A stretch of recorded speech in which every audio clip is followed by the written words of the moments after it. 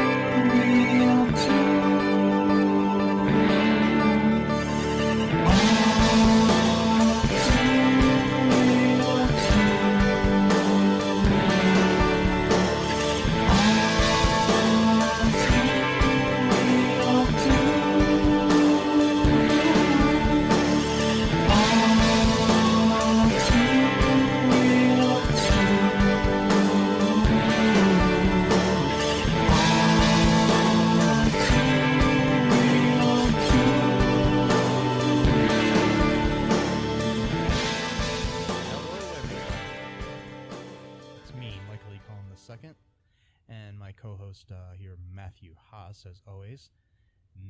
Are you guys all ready to get All2ReelToo? Are you? Are you? I am. I am. Are you? Yeah. Oh, I already asked you that, didn't I? Or no, I asked the folks. We are. We are. I don't know if the people... Yeah, they didn't answer us. Well... I couldn't hear them. That's rude of them, but whatever. We'll get their attention one of these days. One day. One day. Anyways, welcome to the show, folks. Today... we're discussing something very interesting here. What do you want to call this here? Like weird and wacky fan theories about like TV and movies here? Yeah, that's a long name, but yeah, we can call that. Wacky fan theories, maybe? Weird, wacky fan theories of TV shows. Yeah.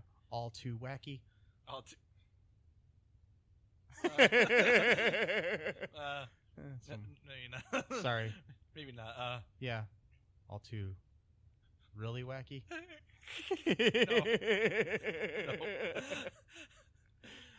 No. All too strange? Okay, maybe. All too crazy? Yeah, I don't know. All too weird? We just call it All2ReelToo and just keep the... I'm going to keep the same name for the show. Yeah. This special... yeah, whatever. All right, so... Okay, anyways, this special episode, we're discussing... Matt and I both chose 5 different fan theories that we found on the interwebs. The net of inter.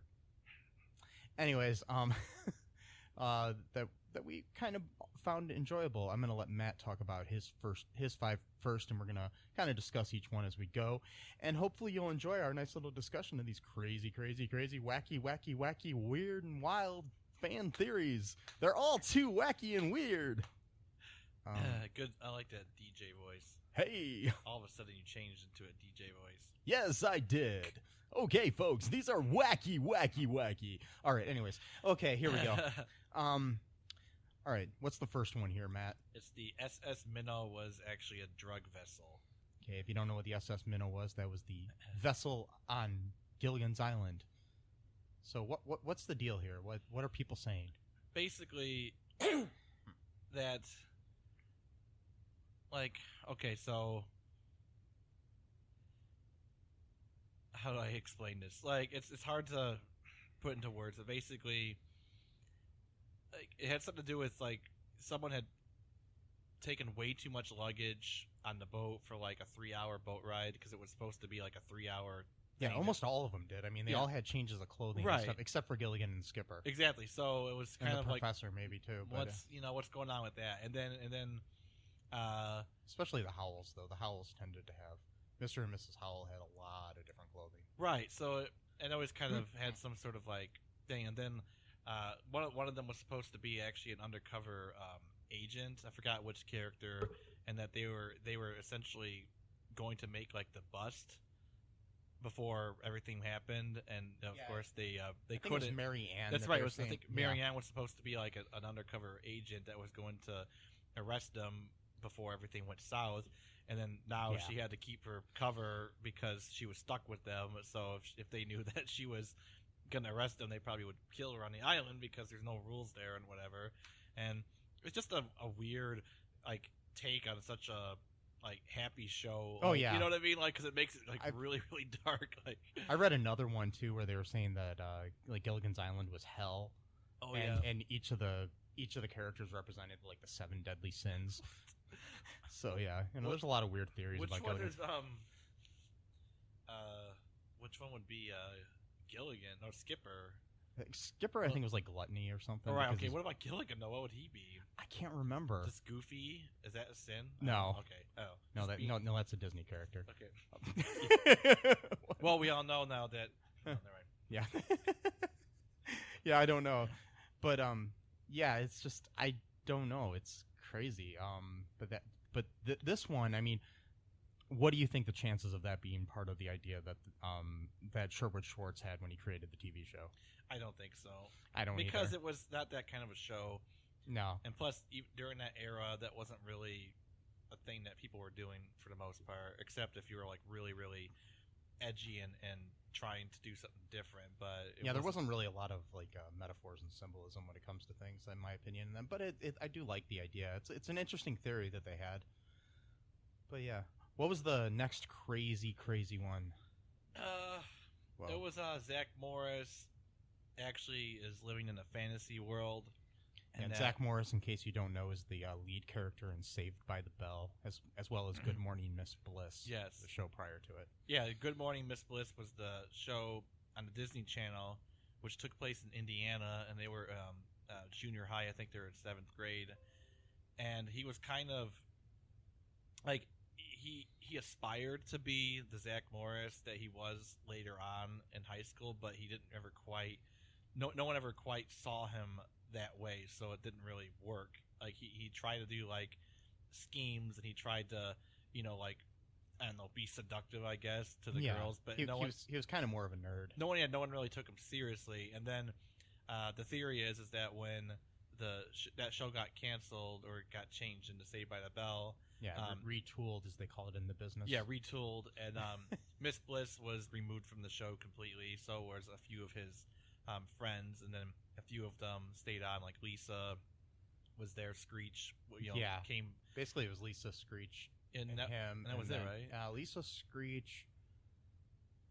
And Yeah, I think that was it, right? Yeah, because yeah, I'm pretty sure. Yeah, because like Slater, Kelly, and Jesse were all new creations for the new series. So only Yeah. half of them came back, and Mr. Belding came back too. That's right, But, Mr. yeah. Belding. So the theory is that since Good Morning Miss Bliss took place in Indiana, and since there were so many characters that existed in the new one, that And Saved by the Bell took place at Bayside Yeah, in California. California, Southern so- California. what are the odds that all these people would move to the same town at the same time and go to the same school Yeah, and also work at the same school? It just seemed kind of a strange thing. So this theory is that he's pretty much just dreaming this up during one of his daydreams at school or yeah, whatever. but this is the 80s and the 90s when you can have a show like Boy Meets World where you have the same teacher for every Yeah, class well, their whole fucking life. Yeah, that's the other Anyways, weird thing. I noticed that. I'm like, how is Mr. Feeney teaching every single class? Like, he just does multi-subjects? Like, what? Even when they go to college.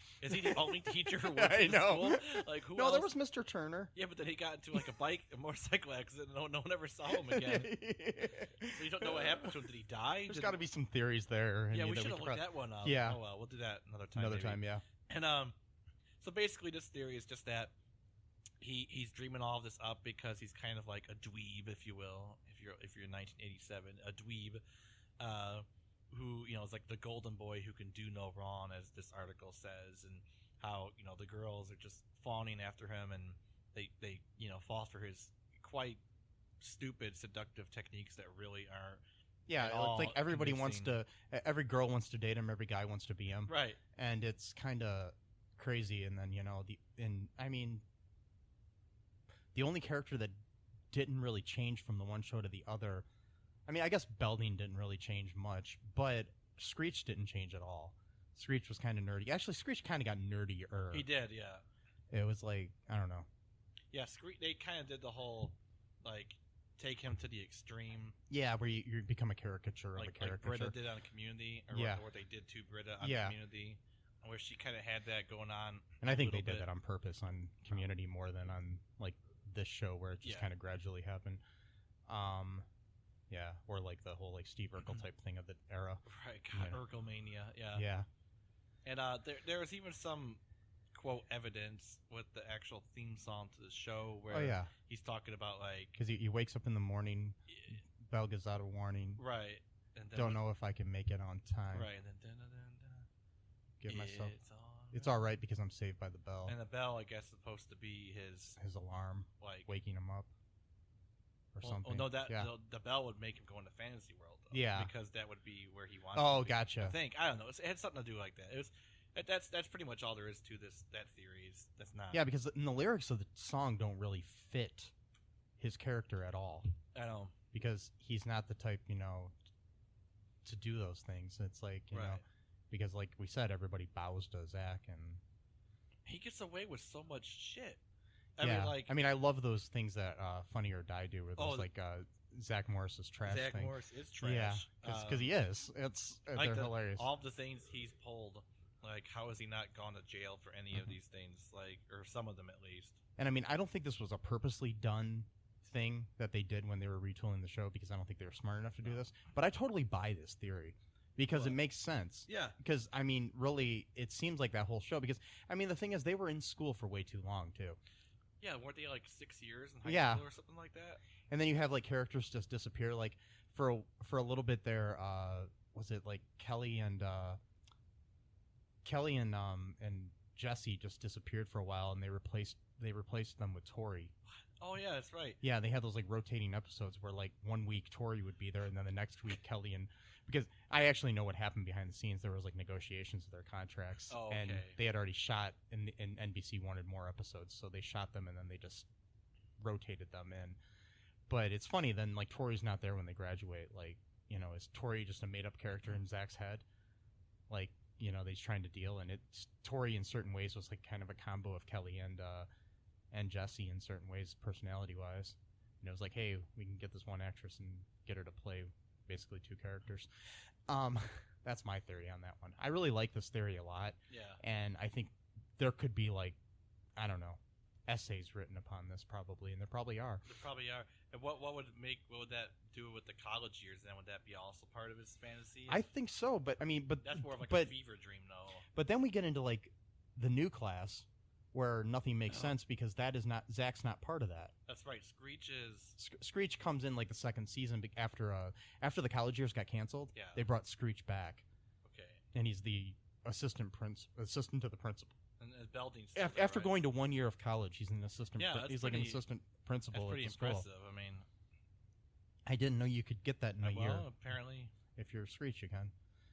But yeah, and then that show just had like such a turnover, like in a cast. It was like weird. I liked it, but it was like they rehashed stories, and then they had like the first season they had like rehashed characters. Like there was a character that named Weasel who was basically Screech and like stuff like that. There was like every character totally was a carbon copy, like 5 times removed from the other characters. So that's the only part of this thing that doesn't make it logical, because the whole unless somehow the new class was somebody else's fever dream. I don't know. Maybe it was Belding's. There could have been Screech's. No, it had to be Belding because he's the only one there the whole time. Oh yeah, that's right. Who knows? Maybe this whole thing is not really Screech's. I mean, Zach's dream. Maybe it's Belding's. Maybe it's Belding's. Somehow he's dreaming that he wants Zach to be cool. I don't know. I think Belding probably wishes he was the fantasy version of Zach Morris that doesn't exist in real life. So he sees Zach Morris struggling in junior high, and he's like, oh, I was just like that kid. You know what? It's too late for me to be the cool kid, but hopefully he could be the cool kid. So then he has a fantasy of a student, and then, which is kind of creepy because he's having fantasies about a student. Well, okay, whatever. Yeah. And then having fantasies about a teenage boy. Anyways, let's not go there. Let's let's move on to the next wacky, crazy theory, this one is really kind of crazy. This one is actually disturbing. Is Toby is the real Scranton Strangler from The Office? A character named Toby. Toby Flenderson, played by Paul Lieberstein, who was also one of the writers on the show. But, There was a serial killer who would strangle people, and Toby had been been summoned to be on the jury to either say he's guilty or not guilty, and he was the only one for a while to question whether or not he was guilty, and he was kind of holding up the jury, and they were all kind of getting mad at him for being the one person that was standing out, and then he eventually caved in and put his own guilty plea, and then they ended up sending him for like life in prison or whatever, or I'm not sure how many years, if it was life or not, but and the theory goes is that this kind of happened a while back, but then he started becoming like obsessed with the Scranton Strangler later on, because he had like doubts of whether or not he was really guilty, and it kept eating at him. Like he couldn't like live life without just knowing if he did the right thing or whatever. So then he actually visited the guy in prison, and the guy like jumped over to like try to attack him. So the theory here is that the guy was framed, and Toby is the one that really is a Scranton Strangler. So then the guy was so furious that someone would come to visit him who was like the actual killer, and just kind of taunting him like, "Oh, I came to visit you in prison," type thing. yeah, and I mean, at one point he goes to try to make a new life in Costa Rica. Right, that's kind of weird, and then doesn't work. Yeah, I don't. Which it didn't explain why he even did that either. Was he running away from something? Like, I mean, that's kind of odd, right? I know. Did he kill someone? He's like just skipping town type of thing, like, or did he go to Costa Rica to try to murder people there? Yeah, who knows? I mean, and then he moves back, so then maybe that's all that moving back and forth was all about, was kind of like to kill people and then leave, and then so that's pretty much all there is to that one. It's it's kind of disturbing, but there's not much to it. Yeah. I mean, I think my personal opinion on it, that could be, but I doubt they intended that at all. But they might have put hints in there just to make you think it. Yeah, it's one of those things where that's what newer writers do now, is like they pepper in things just in case. Yeah. Okay, Matt. What's the next crazy, wacky, wild, weird, unbelievable, strange, exotic, mind-blowing, amazing, splendiferous fan theory that we have here? It's the U.S. government canceled Firefly. Okay, this one really intrigues me, man. Yeah, this one is actually one of the most interesting ones. Yeah, Firefly, the J.J. Abrams show, which was quite possibly one of the best shows ever on television. Yeah. But yeah. Yeah, it only lasted 11 episodes. Literally, nobody saw it coming. Like everyone thought this was going to be a show for like the ages, like especially fans, but even critics were, thought this was such a, and then it just, lasted like all but 11 episodes, and then that's it.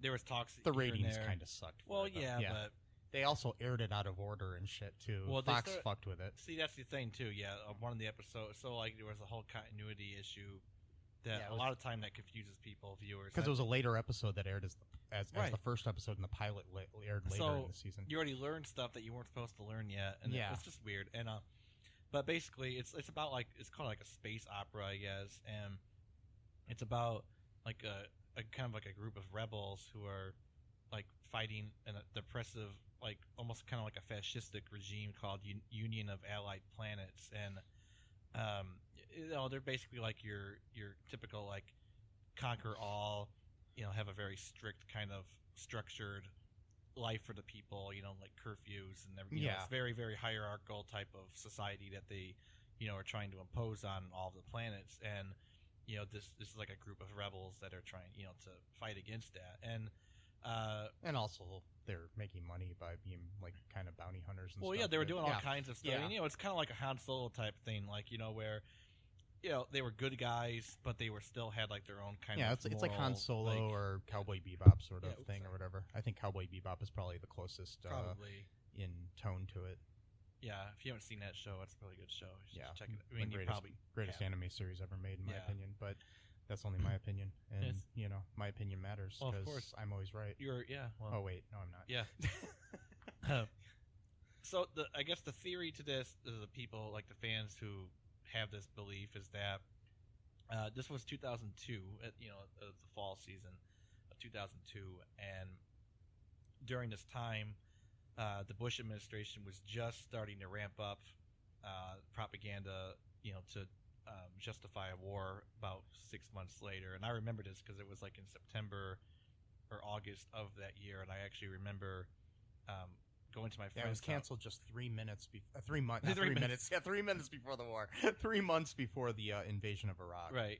And the show started just around the same time because I remember this actually very vividly, is that I'd come home from school and went to my friend's house, and his parents always had the news on, like CNN or whatever, and it was right there where they had like a big thing, like an art thing saying like, Saddam Hussein or whatever, and that was like the very first like day that they started, like the media started kind of like ramping up that thing. Yeah. And so the show started around that same exact, probably if not that week, probably within 2 weeks of that starting out. So the theory is that since the show is about like a group of rebels fighting against like a basically like an empire, Yeah. So the idea is that the United States is like kind of like its own empire. So the Bush administration was like so paranoid about like anti-government sentiment, because this is right just like a year after 9/11 too. So like there was a lot of like anybody who said anything against the government for any reason whatsoever was kind of suspect as like being like really like some kind of radical or whatever. So now you have a TV show that never happens anymore. No, well. Oh wait. Well, no. It was a different time. Yeah. As Jeff Winger was said, 2002 was a simpler time, even yes. though it wasn't. It wasn't at all. But yeah, the only reason why I'm doing the background is because that's kind of what was going on. Oh yeah, at that time. definitely. And this was an actual TV show that kind of could be interpreted in that way, or inspire people to kind of have that kind of point of view about like empires starting wars with like smaller groups or smaller. And so that's the idea, is that the government pretty much either canceled it themselves, which I don't think the government actually has authority to cancel a TV show, at least not in this country. I know in Canada the government's more involved in like TV, isn't it? It's but the thing is, here it's, I mean, there are certain things that the like the FCC won't let me be, or me be me. Oh wait, no, it was no. No, the FCC can control over what goes out there, but they have no control over what Fox decides to air and what they don't. And even with Rupert Murdoch being a strong Republican and probably or not Republican, or at least conservative, because he's not even a U.S. citizen as far as I know. He's Australian, so I don't know. But anyways, the who owns Fox, or at least at the time, he'll still own the network. I think he still owns it. Yeah, he does right now, but he'll still own the network even after the Disney merger. Oh, okay. Yeah, he won't own the film company, but he'll own the TV network. Okay. So, anyways, it's a weird world we live in. Yeah, but anyways, he I doubt that with him even being as conservative as he is, that the government has any say in what Fox decides to air. It boils down to the reason it got canceled is that Fox just fucked with, because Fox at the time, and still to this day to a point, don't really know how to schedule things. Right. They never learn. They schedule things at weird times. I mean, because there's a lot of good shows that came out over the years that died on Fox. Like Brooklyn Nine-Nine. Well, they didn't die. No, they canceled it. Yeah, even though it was getting good ratings. Right. But that's more of a money thing too. Okay. When it comes to that's a synergy problem, where you've got that show being produced by Universal but airing on Fox. Oh, okay. And then NBC is owned by Universal, Comcast. So yeah, I could see. That's what it should have been on NBC in the first place. It's that type of show anyway. It's Yeah. not. It's not a Fox type of show. No, it's not.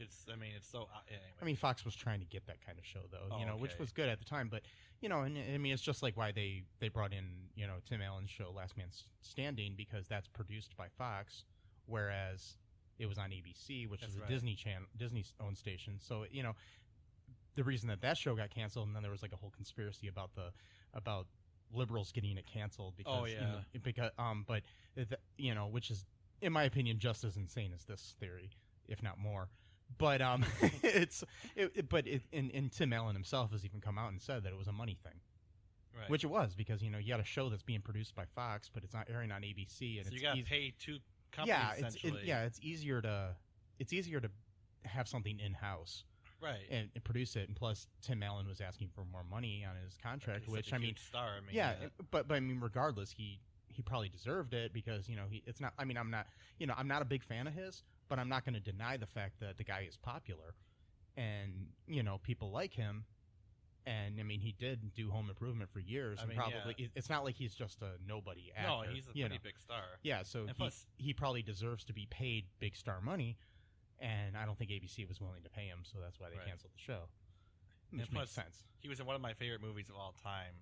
What's that? It was called, oh shoot, I forgot the name of it now. Damn it! Big Trouble? Yeah, Big Trouble. That's one of my favorite movies. It's one of my favorite of all time too. That's seriously one of my favorite movies. I love that movie. And so he was it's my favorite Tim Allen movie. Yeah, for sure. mine too.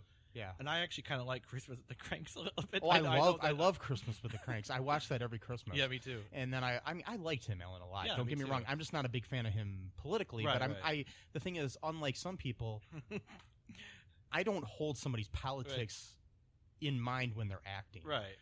Whatever. I might disagree with them, but I know people that are on either side of the coin. It's like, oh, I'm a Republican, so I can't like that guy because he's a Democrat, or oh, I'm a Democrat, I can't like that guy because he's a Republican. I tend to be more liberal about things, but I'm not a Democrat or a Republican. Right. But still, just because somebody is a conservative person, I mean, I can't deny that. And there are also liberal people, like I can't stand Bill Maher, and he's pretty liberal. Oh God! Yeah. So I'm just saying, he is. Well, the thing about him is that he's so arrogant. Yeah, that's my problem with him. And that he, just even by when you just hear him talk, you can just hear the tone in his voice that like I'm better than you. Like it just has this like I know so much more things than you do. Whereas I was at work, and I'm talking to a friend of mine who's really conservative, and he loves Bill Maher. Mm-hmm. So it's just you never know. It's just funny. We're talking, and we just found it really hilarious that I'm more liberal and he's more conservative, and he likes Bill Maher and I hate him. Yeah. So I don't necessarily hate him. I mean, whatever. Well, I know what you mean. I dislike his humor. I despise his. I used to be a fan of his when I was really young. I was like 16. Yeah. I did have a Bill Maher phase. I do like the movie Religulous that he did. Yeah, that's all right. It's actually good. It's a decent movie, I guess. Even though even in that movie, he seems arrogant in it, but I like the points of view that it brings forward, and it actually makes you think. That's what I like about it. Yeah, I know, but even in that movie, he treats some religions like Islam with like fire, like every little thing can be criticized. But when it came to, I noticed this when it came to the religions that he was raised in, which is Judaism and Catholicism, he was very soft on those. Oh yeah, I thought that was really interesting. And he seemed like really hard on Islam and like he's always been. and like LDS. He hates Islam and Muslims. But he also seemed pretty harsh on the Latter-day Saints. Oh yeah, as well. I remember that too. But yeah, so this is another kind of crazy, wild, wacky one. Oh yeah, this is one I like. This one a lot. The Flintstones takes place in a post-apocalyptic future, and all. What's up? Oh, go ahead. Oh, sorry. And also, I guess like a B-side to this theory is that the Jetsons and the Flintstones take place during the same time period, and the idea is that the Jetsons, because they were kind of like a rich or well-to-do family, so the idea is that the wealthier people were able to live up in the clouds, called Cloud City, because the Earth was pretty much like scorched or whatever through like some kind of nuclear holocaust. This was again during the Cold War in the 1960s, so a lot of people were actually worried about like a nuclear holocaust, not just in here but also in the Soviet Union.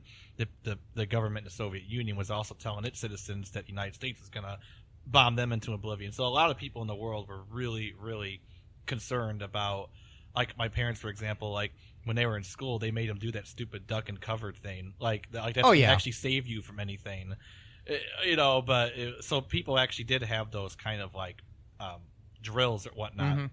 So the idea, You know what here, will save you though? If you What's get if you get inside of a refrigerator like Indiana Jones in yeah. the Kingdom of the Crystal Skull, yeah, that's not going to save you. But either. then they had those cartoons or commercials later on saying don't go in refrigerators because you might get stuck and you can't get out and you die inside. No, but it's actually proven that what Indiana Jones did in that movie would not have saved him. He would have died. He would have died. Yeah, Yeah. I'm sure. He Yeah, would've. so- I mean, it's just made out of some kind of steel. I mean, it's not gonna, or plastic even. It's not gonna save you. Yeah, well, supposedly the lead lining in it or something. No, it would. Yeah, It's not gonna do anything. And I mean, if anything, it just might take a little longer, but it's make you live in misery while you hear destruction all around you instead of just having to be a quick. You're gonna thing.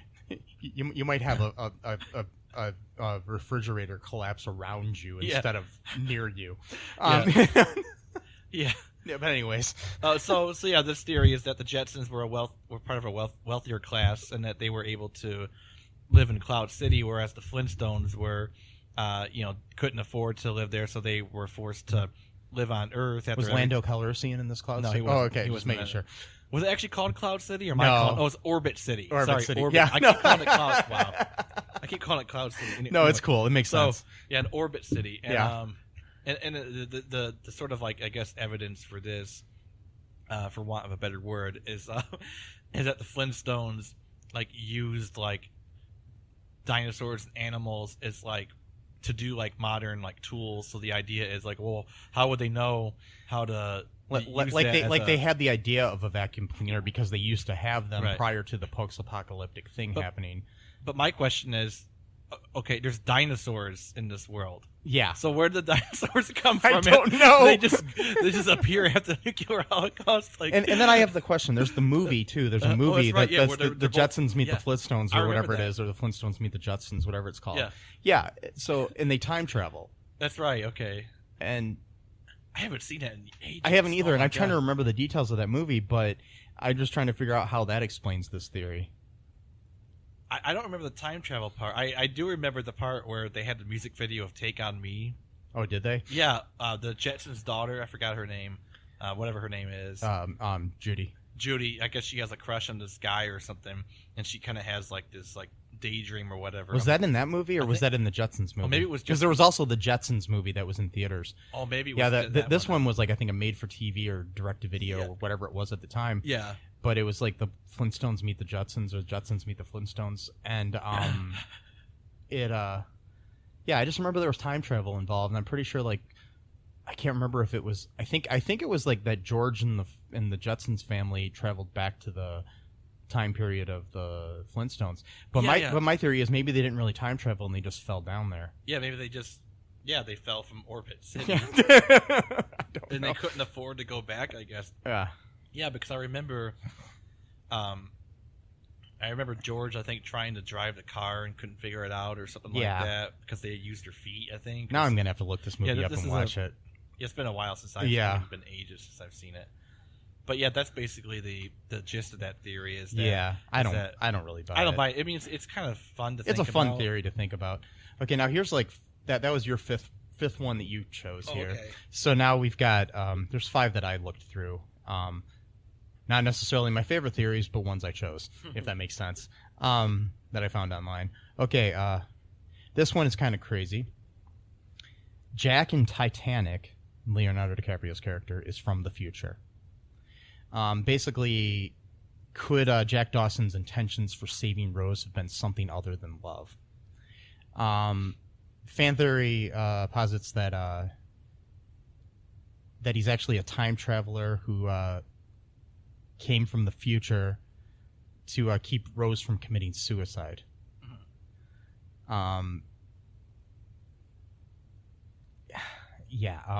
Some signs that they're saying here is that talk about like his anachronisms in his fashion, like his haircut and his backpack weren't common until later. They also mentioned stuff about he talked about like man-made structures that weren't yet created in 1912, like a roller coaster that he mentions on the Santa Monica Pier that wasn't there. I don't buy this one at all. Cause, That's one of the weakest ones, I think. yeah, me too. But, I mean, there's people out there that truly believe this. And whatever. I mean, I guess I could see that to a point. But my thing is it's a movie. The reason his hair looks different is because that was the hairstyle of the time. And that was the hairstyle that Leonardo DiCaprio had. I don't know. Not saying that sometimes people just tend to not really be that accurate when it comes to hairstyles, because you'll see a movie made in the 70s that takes place in the 30s and you'll be like, they totally have 70s hairstyles, but Right. It's the 30s. Or, you'll see something in the 90s like this one and they have 90s hairstyles, but it takes place in 1912. And I don't know. I don't buy this one as a good theory. It's a very weak. It's weak. probably the weakest one we have I mean, on this for one list. thing, yeah, it is. Like, for one thing, I've seen actually pictures of people during that time period who do have that this hair. haircut. Yeah, I do so too. it's And, not like it was. I mean, and honestly, I think the him referencing a roller coaster is just somebody didn't do their research. I was gonna say, yeah. I don't think that was intended that he No, was it a was time just traveler. people. That's fail- just a flub yeah. in the movie, But I guess that's where theories come from, though. A lot of times are flubs in Yeah. movies that people create theories based upon them. So I'm not going to totally poo-poo this idea to people, and I said poo-poo, and but I'm going to say, no, for me. The next one that I have, the next wild, wacky, crazy, enormously strange, wacky even. Did I say that yet? Yeah, I think you said. Okay. wacky already. Anyways, is Walter White from Breaking Bad is actually Malcolm from Malcolm in the Middle. Okay, now bear with me here. I kind of like this one. Okay, the idea between this one is, okay, some people try to compare the character that Bryan Cranston played on Malcolm in the Middle to the character that he played in Breaking Bad. This thing posits the idea that that we never learn Malcolm's last name. It could be Malcolm White. So I kind of go along with this. Okay, and the thing is, a lot of people tend to grow up to look like their dads. So, Frankie Muniz's character could have grown up to look like Bryan Cranston's character of Hal. And the idea is that his middle name was Walter, and that he decided to go by Walter White as an adult. And he did have a very close, on the TV show, a very close relationship with his grandfather, whose name was Walter, and it was on his dad's side. So he could be Malcolm Walter White. And he grew into, and he was a really smart scientific kid, so he could have grown into a chemistry teacher, and became Walter White. Yeah. Their personality is so different, though. I mean, Not at the beginning. Oh no. Because I mean, the thing is, I think Walter White is the character that changes the most in the history of any television Yeah, I show, mean, because and it's slow change, so it's slow burn, and that's what makes it really good and realistic. Because when he starts out, he's kind of a dorky guy, kind of like Malcolm. Yeah. So this one I can buy. It's possible. Yeah, but I do like the comedy thing that they did after the show went off the air, though. And they had a scene where Bryan Cranston woke up in bed with his wife from Malcolm in the Middle, and said the whole thing was a dream, like Bob Newhart did on Newhart. Wow. Yeah, so that's a good theory too. Mm-hmm. Okay, It's decent. Yeah. yeah, it's a good one. I don't totally buy it, but we're gonna We're gonna I think it's a lot higher than the Jack as a time traveler in the Yeah. Titanic one. keep on trucking. We're gonna find something really good. Okay, the next one, I really like this one too. Ferris Bueller is just a figment of Cameron's imagination. So in the movie Oh. Ferris Bueller's Day Off, that the movie is a lot more like Fight Club than you might think. And this one, I do kind of buy it. Okay, the thought, the idea is like, because Cameron's this nerdy, kind of shy, afraid guy who only comes out of his shell because of Ferris. Mm-hmm. So the idea is that Ferris's day only exists inside Cameron's mind. Like the whole movie takes place inside Cameron's mind. And in his mind, he's imagining a day where he would go out with his buddy, and like Ferris is basically his other half, part of him as well. And basically he goes out on this day. The whole movie is in Cameron's mind, and Sloane is a girl that he has a crush on. And basically Ferris is an idealized version of himself who is not afraid to talk to her. Okay, I actually could see that this one holds up in a lot of ways. A lot, because I've seen that movie millions of times. The only thing that puts kind of wrenches in this are some of the other characters that don't interact with Cameron. Yeah, that's the thing. And like Ferris's family. Right. Or the scenes with Ferris's sister and Charlie Sheen's character at the police station and stuff like that have nothing to do with Cameron's story. Yeah, I guess. Or unless he just also dreamed all that up, yeah, but which is kind of weird. But I know some of the things like for example, like it was always Cameron that was like calling, like pretending to be someone else. Oh yeah, like pretending to be Sloane's dad and other things. So it was always him doing it, not Ferris. Of course, that could just be, oh well, he's got a lower voice than me or whatever. But still, yeah, it's kind of interesting. I mean, this one's a lot higher than the Titanic one, maybe a little lower than the Walter White one. Right. Yeah.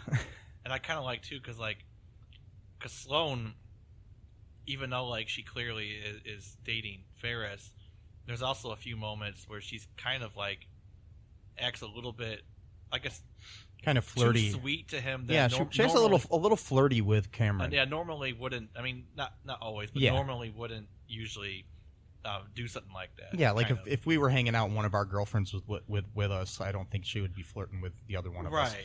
Yeah. So I noticed that like there was a scene where he was like had like his head on her shoulder, like, or something like that, or she had his, I think it was him had his head on her shoulder, kind of like taking a nap sort of, and she just kind of let him do it, like whatever. You normally, unless they just were a really close, maybe they were just a close, threesome of friends, which happens. Yeah, I mean so.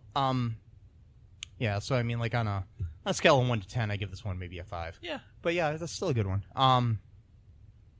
The next one is one I've heard many, many times. Okay, the show Murder, She Wrote. You remember that show? Yeah, I do. Yeah. Okay. Jessica Fletcher, the main character played by Angela Lansbury, is actually a serial killer. I've heard this theory before.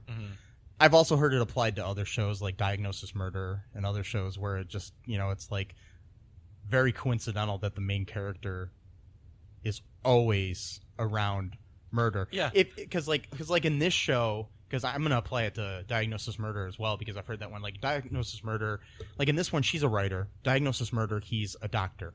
Neither one of them really work in the law enforcement, even though they know people that do. When you have a show like, CSI or Law and Order or something, of course you're going to have a murder every week, because that's a procedural cop show. But when you have a show about a doctor or a writer, and every week they happen to be around a murder. Like, I don't know about you. I've been alive almost 41 years. How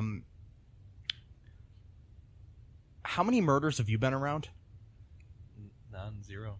Same here. Yeah. Miss Fletcher here. But she writes about these things, so yeah. But she's a fiction writer. But that's right. Well, but it's not like she's a. I mean, the thing is, if you were like a homicide reporter, it would make more sense. But it seemed like she writes like murder mystery novels.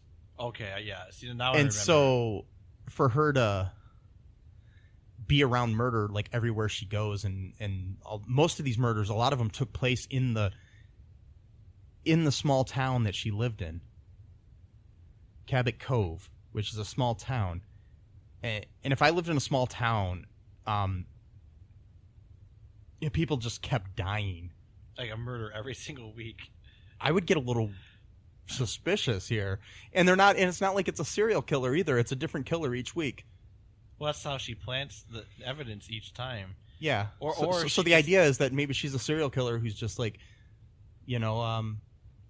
Yeah, like you're saying, like she's planning, like basically she's framing all these other poor innocent people. How does she do that week in and week out? That's like really for 10 years.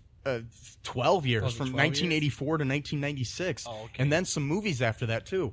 So for 12 years, she was able to not only kill a person each week, but also frame another person each time. And so you think about it, I mean, like shows run, like about 9 months a year. So, I mean, and there's like 22 episodes a year of a show normally, or 24 back then maybe.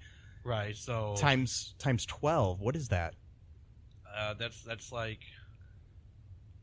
I don't know, but that's a lot. Yeah. I know it's over 200. Yeah. So it's over 200 murders. Over 200 murders within 12 years. That are happening around one woman. They're not all in the same town. Sometimes when she travels, but the thing is, when she travels, they happen too. Oh wow! So that's even more of a proof. Yeah, evidence right like there. And my thing is are there other murders going on in Cabot Cove when she's not there, or not? And plus, too, I read about this. This town only has about like 2,000 residents. So if that many murders is such a small town, it's like I would. So it's like 350,000. Oh yeah, and it says 274 killings in the length of the show that took place in Cabot Cove, in a town of like 2,000 people.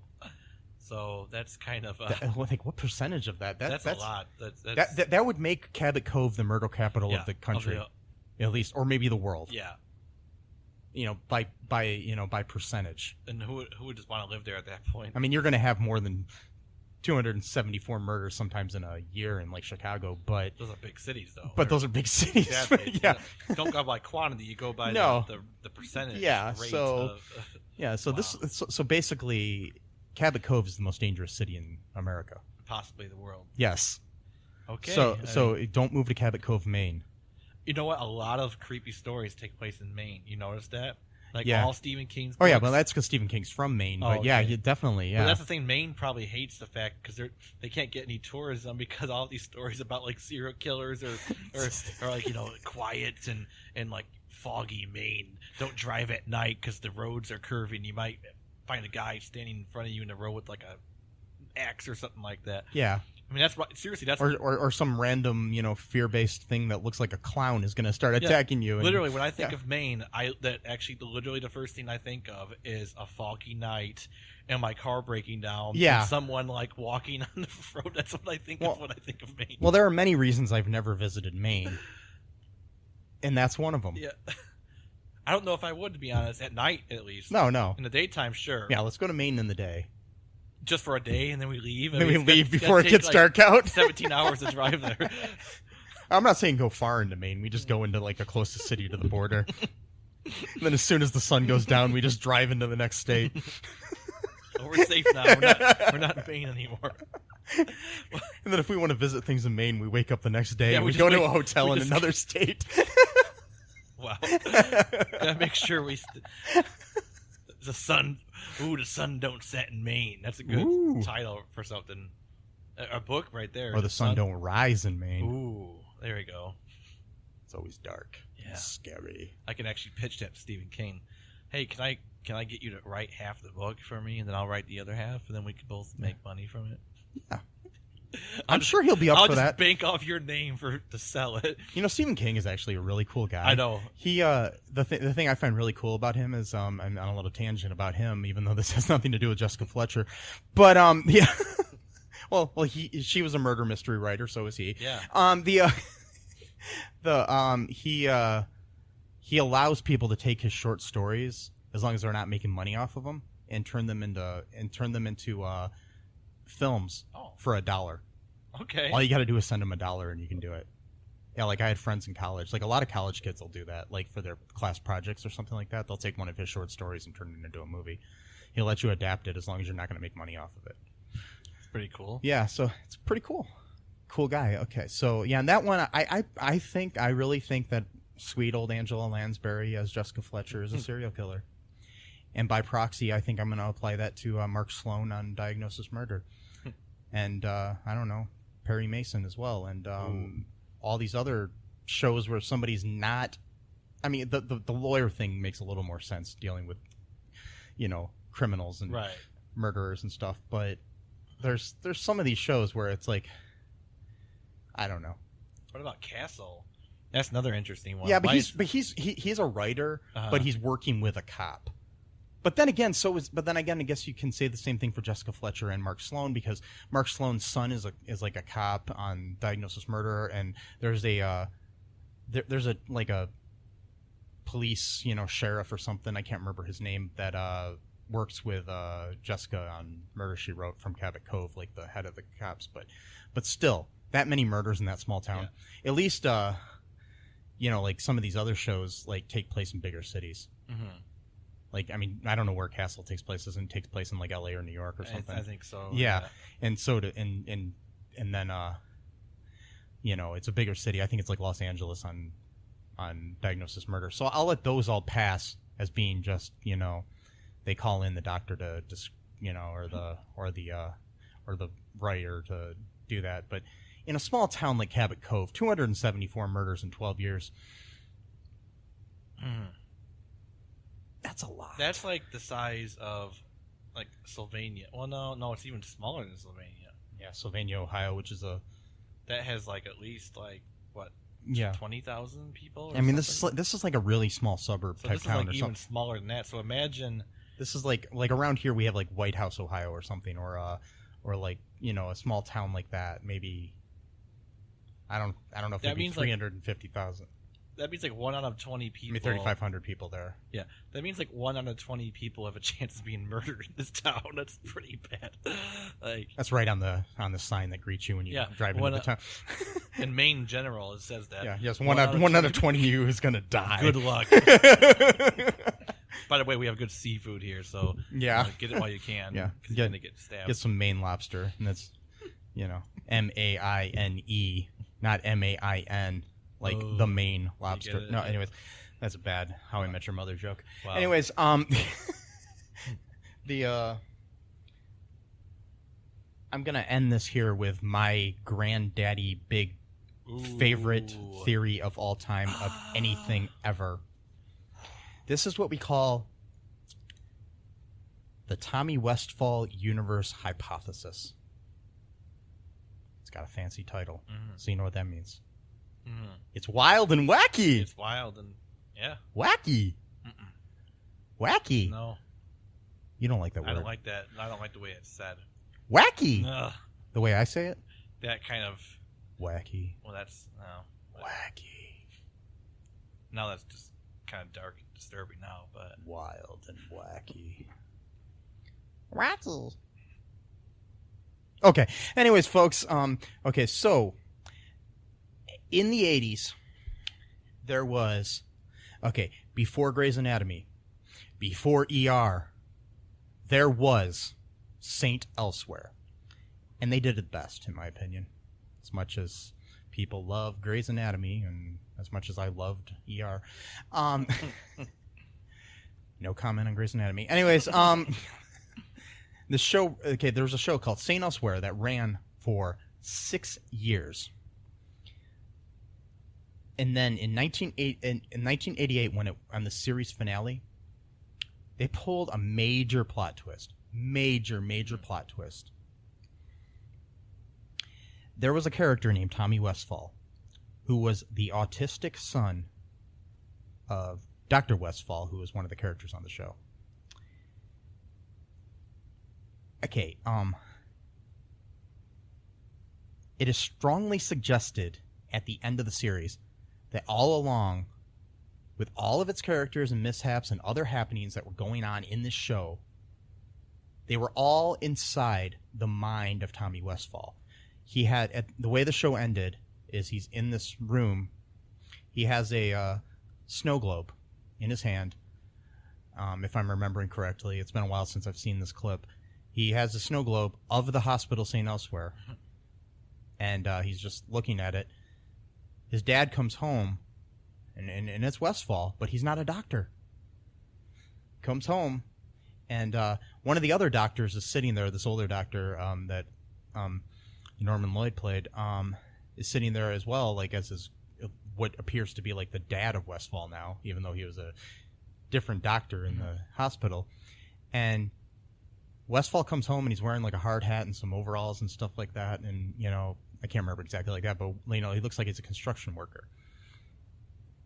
He says, "Oh, what's the boy been doing?" He's just been sitting there staring at that snow globe or something like that. And that total thing implies that, and you realize that it's St. Elsewhere that he's looking at, and you realize that, wait, Westfall's not a doctor anymore. This whole thing is inside Tommy's head, inside the mind of a small autistic boy played by Chad Allen. So here's where it gets freaky. Really freaky, yeah. Really, really freaky. Okay, so there were instances where, I mean, we can go more in detail about this. There's whole, you can look this up. Just look up the Tommy Westfall universe on online. There were crossovers within this show with other shows, characters from other shows, and then these characters appearing in other shows as well from this show. There was a crossover with Cheers because both shows took place in Boston.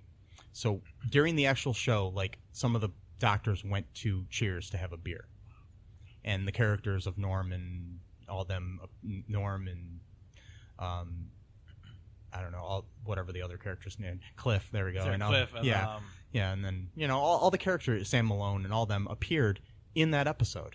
At least a couple of them. I don't know which ones, but that implies that inside the same universe of St. Elsewhere, Cheers exists. So that means, by proxy, Cheers is inside Tommy Westfall's head. So by that, Frasier, which is a spin-off of Cheers, is inside Tommy Westfall's head. And then so makes the character of Frasier Crane and Lilith Crane appeared on a couple episodes of Wings. So that means Wings is inside Tommy Westfall's head. There are so many shows that this ends up linking to. Right. There are several characters from St. Elsewhere that appeared in an episode or two of Scrubs. So that means Scrubs is inside Tommy Westfall's head. So it's not just shows from that time period. It's any show that references another show that is somehow referenced back to St. Elsewhere is all inside this thing. And there's at least 375, if not more, television shows that, by proxy, including The Simpsons, The X-Files, because through this show you have the show is somehow connected to Homicide: Life on the Street, which then connects to Munch, the character of Detective Munch, who then appeared on Law & Order SVU for several years as a main character. And the character of Munch has also appeared in more shows than any other character in history. Oh my god! Yeah, all played by Richard Belzer. So he was on The Wire. He was on he was on the regular Law & Order. He was in Sesame Street. He was in so Sesame Street is inside Tommy Westfall's. Oh my god! He appeared on Arrested Development in character as Munch. He so basically through Richard Belzer you get a lot more that are all inside of Tommy Westfall's head. He was on the X-Files. He was on Simpsons.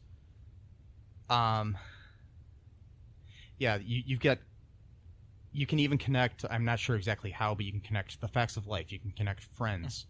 You can connect Doctor Who over in Great Britain even. Wow. Yeah, it's really fun to look at. Like if you go to the Tommy Westfall universe, you can look it up online, and you can see like every connection, Yeah. or every kind of like link or whatever, yeah, kind of like like when people have like conspiracies like on Yeah, a wall, like they have a whole grid and everything on Wow. there. Yeah, it gets really crazy. Like there's shows from, I mean, just going down this list here, which was last updated in August of 2016, so it's been a little while since they updated even. So there's probably more added on here. You've got shows from 24 to 90210 to 704 Hauser to Adam 12 to you've got All My Children, even the TV, the soap opera. You've got the short-lived Andy Barker PI with Andy Richter. You've got Benson. You've got Becker. You've got Buffy the Vampire Slayer in there. You've got Caroline in the City. You've got Cop Rock. You've got the Cosby Show. Cop Rock. You've got you got the DC's Legends of Tomorrow and all of the other DC shows by proxy. Like, you got all those. You got the Danny Thomas Show from back in the day. You've got Erie, Indiana. The Drew Carey Show. Family Matters. Frasier, as I said before. Full House and Fuller House by proxy. You've got General Hospital, because General Hospital takes place obviously in the same universe as All My Children and One Life to Live and all those. So that's, yeah. And you got Girl Meets World, Boy Meets World. Which is funny because Boy Meets World, Dr. Craig on St. Elsewhere was played by the same actor who played Mr. Feeney. So, yeah. I thought that it had to be the character, not just the actor, right? It's the character, yeah. He references St. Elsewhere on there, talking about it. It's referenced in the show, so then it's by proxy referenced, and he's playing two different characters in the same universe by proxy. Because like the same thing is like Becker and Cheers both fall into this universe, and Ted Danson's in both shows. Right. So you got like Happy Days, you've got Hanging with Mr. Cooper, you've got I Dream of Jeannie, Joni Loves Chachi. But those shows took place before, though, so how does that work? Like shows that came out in the 60s, like Doctor. I'm not trying to interrupt you. No. It's a good question. Basically, what will happen is if somehow those shows are connected to another show that is part of this universe, then they become part of that universe. So, like, if a show, like let's say show A takes place in premiered in the 80s or something. It takes place back then, but a character from that was referenced in a show that's currently on the air as being a real person, or if one of the characters from that show appears in a guest spot as that character. Like, let's say, I'm just making this up, but like, let's say a character from Happy Days appears in an episode of, I don't know, Grey's Anatomy. Not that would ever happen, but I'm just coming up with two things. Then if Grey's Anatomy is somehow connected to this universe, then automatically Happy Days becomes connected to that universe. Okay. Not that would happen, but that didn't happen as far as I know, folks. So I'm just letting you know. That makes sense. I just gave two examples. Just so like Doctor Who, Doctor Who started off in like the early '60s, but since and plus it's still on the air, so it's got people. There's things like one of them that might interest you is Degrassi. The whole Degrassi universe is part of this too. So this this jumps borders into Canada, it jumps borders into Great Britain. It just goes everything, because there's an episode of Degrassi Junior High where they're in a hospital. Over the announcements, this is a really far-fetched one, but it actually works because they did later on say that they were referencing that character when they wrote this thing. I can't remember which. I think it might even be Dr. Westfall. Is paged at the hospital, and the reason he was paged is because some of the writers on Degrassi Junior High were fans of St. Elsewhere. Wow. But you've got everything from Mission Impossible to Moesha to more. This kid is like like a writing genius. Yeah, you got both versions of The Office. Oh my god. You've got what else is kind of interesting? Seinfeld, Shameless.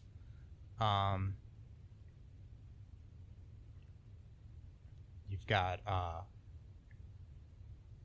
Touched by an Angel, Trapper John M.D. Because all of the MASH shows are involved in this too. So. Oh wow! You've got Without a Trace, Wonder Woman, Young and the Restless. So the oldest show on the list, which first aired in 1951.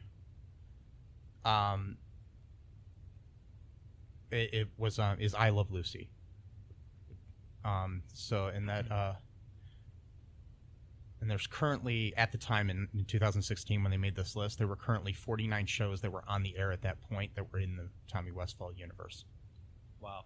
Please tell me that one of the shows that's missing from this universe has something to do with like a big crash, like a lots of like debris, floating around, like, I'm hoping that's missing out of this. Just maybe not, but hope against hope type of deal.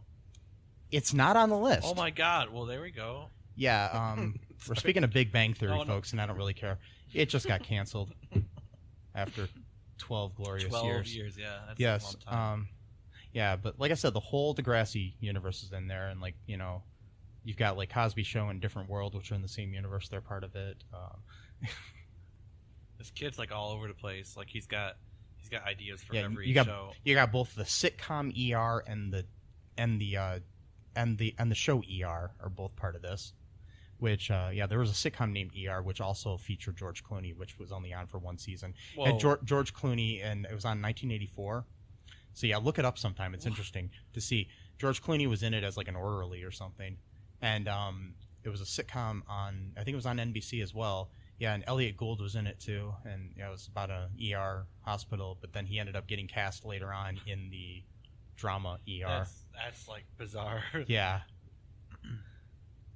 I like too how like as this kid gets older, like the theory almost seems to fit because like as he gets older, like the shows get more like serious and like also like, adult humor, even like Arrested Development. It almost seems like TV in itself gets more sophisticated for the most part, except for some shows which aren't listed here. Anyways, folks, if you're just tuning in for the first time, I have to admit something. What's that? There's this show. I think I just mentioned it a minute ago. Maybe not mention it again. Yeah, I'm not going to say the name. If we want to work, we don't want to alienate too many people. I will tell you this. I really respect Chuck Lorre. Mm-hmm. He wrote the lyrics to the Teenage Mutant Ninja Turtles theme song back in the 80s. Some of his best work. And I would love to work with you, sir, someday. Well, I really like Mom. And Dharma and Greg. Dharma and Greg was good, too. Yes. But why do people like the other show that he was really popular for? I would be happy with Dharma and Greg for 12 seasons. Me too. That would be a cool... Well, I don't know if it would last that long, but maybe like 6 or 7. I mean, I'll be happy with Mom for 12 seasons. I mean, I'm okay with that. Yeah. But 2.5 Men was okay for a while, For the first few seasons. Yeah. And the other show was good for like a season. Mm-hmm. And the actors on that show are amazing. I'll give him that. You know, I think they're all brilliant actors. Mm-hmm. They're really great. So Tommy Westphal, folks. So yeah, I just find it really cool to look through this. I mean, if you look through this thing, I mean, like the Munsters is involved, Murphy Brown. I'm going through this again. It's just funny. Like, speaking of that, Teenage Mutant Ninja Turtles is part of this. Oh my God. Yeah. So that means that Chuck Lorre is part of the Tommy Westphal universe. Of his mind. Yes. Yes. So what if you exist outside of Tommy Westphal's mind? Does that mean that you exist independently of him, or is everything exist in his mind? My thing is I have a feeling that somehow eventually all shows will be connected to Tommy Westphal. Like at some point, somehow they will all. Well, yeah, it's only a matter of time because. But I mean, mind you, there are some shows like you can't connect. Like obviously, you can't connect talk shows or Saturday Night Live or something like that. But that's. But because I mean, you're not gonna like the Late Show with Stephen Colbert isn't going to be connected to the Tommy Westphal universe. But yeah, this is definitely the granddaddy of all theories. It's the alpha and the omega of wacky wild theories, man. Wacky. Is it wacky? Right. Wacky. Now I'm gonna. Do you hate it when I say it like that? Yeah, I do. Okay. I'm gonna bring something up. I like annoying Matt. And you're gonna hate me because we've had this discussion like 15 times already. Yes, go ahead. You know what I'm gonna say? No. Is that there's an episode in Community. Yes. Where Jeff Winger is like having like a bunch of drama with his friends at school, and at one point he goes, "God, it's like my life is Degrassi High." So my question again, as it was back then, is if all of this is in Tommy Westphal's mind, and Community's not in his universe because there's no actual characters. Actually, Community is part of his universe. It is. Yes. So what happened then? So that's where it gets kind of tricky because there are shows that there have been television shows like sitcoms and stuff that are part of this universe, and they'll even have characters from another show cross over, but then later they'll talk about that. Like, okay, one example is, I do believe like in Blossom, if I remember reading this correctly, the real person of Will Smith visited her in that but she also talked about watching the TV show Fresh Prince of Bel-Air. So, Whoa. and then, or no, what I mean is the character of Will Smith visited her, not the real person Will Smith. Oh, okay. Because so like the character Will Smith visited her from the Fresh Prince. Like there was a crossover episode or something. But then later on in another episode, she talked about watching the Fresh Prince of Bel-Air. So that kind of just like makes you wonder, like, is it part of the universe or not? That's wild. There are some things like that too. Like I've seen that before too. Like on other shows, like there's been times where I've seen it. Yeah, there was like I know that like supposedly like all the TGIF shows were all interconnected in certain ways, like on like back in the 90s, and but there were episodes where like they'd have a crossover where like Steve Urkel would appear on one show, but then you'd also have them talk about somebody watching Family Matters, or you'd have somebody talk about watching Sabrina the Teenage Witch, but Sabrina appeared on their show earlier or something. It's like cross promotion. Yeah, so that puts a little bit of a dent in this theory, but I still like to tend to think that all the television I watch is inside of Tommy Westfall's mind. Well, plus Tommy may have just done that on purpose because he wanted to give himself more of a challenge. So he's like, all right, well, I'll do this now. Yeah, I'll have the character of Will Smith visit Blossom or meet with her or whatever, and then she'll watch, the Fresh Prince. Because I think I remember during that time that Blossom and the Fresh Prince were back to back.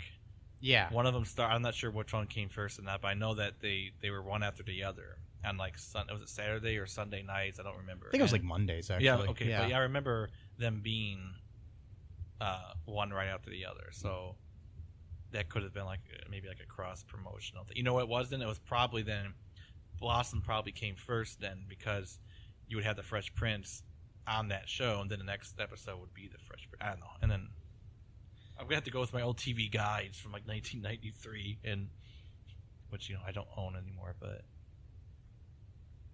So yeah, I'm trying to pretty wild stuff here. Trying to figure out how Community is connected to the Tommy Westphall universe. Okay.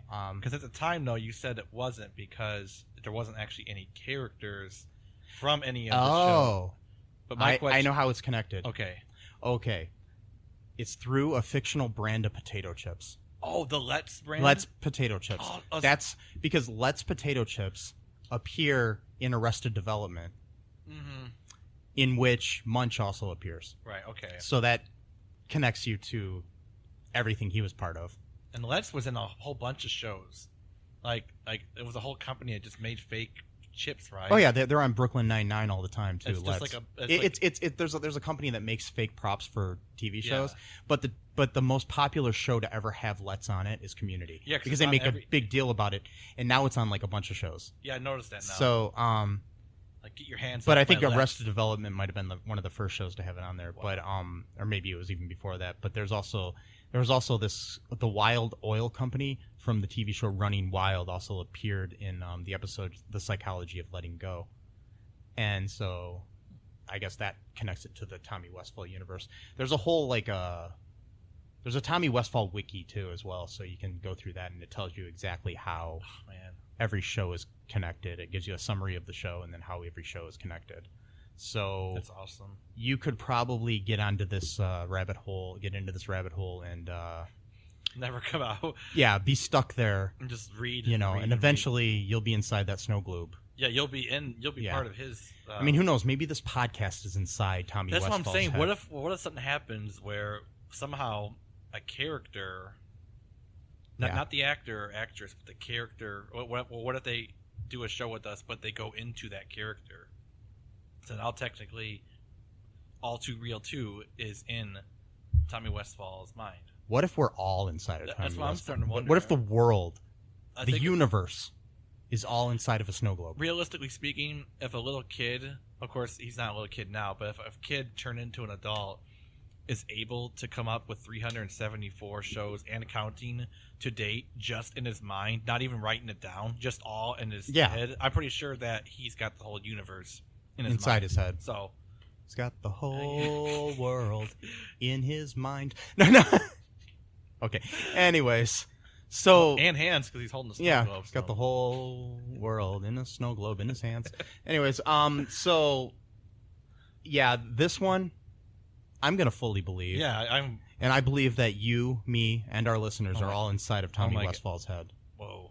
So, Mind folks, blown. have fun inside that snow globe. Yeah, Watch out for the snow. yeah. And you have anything else to say here, Matt, before we sign off? Just have a good night or a good day or whatever. Thanks for listening, Yes. as usual.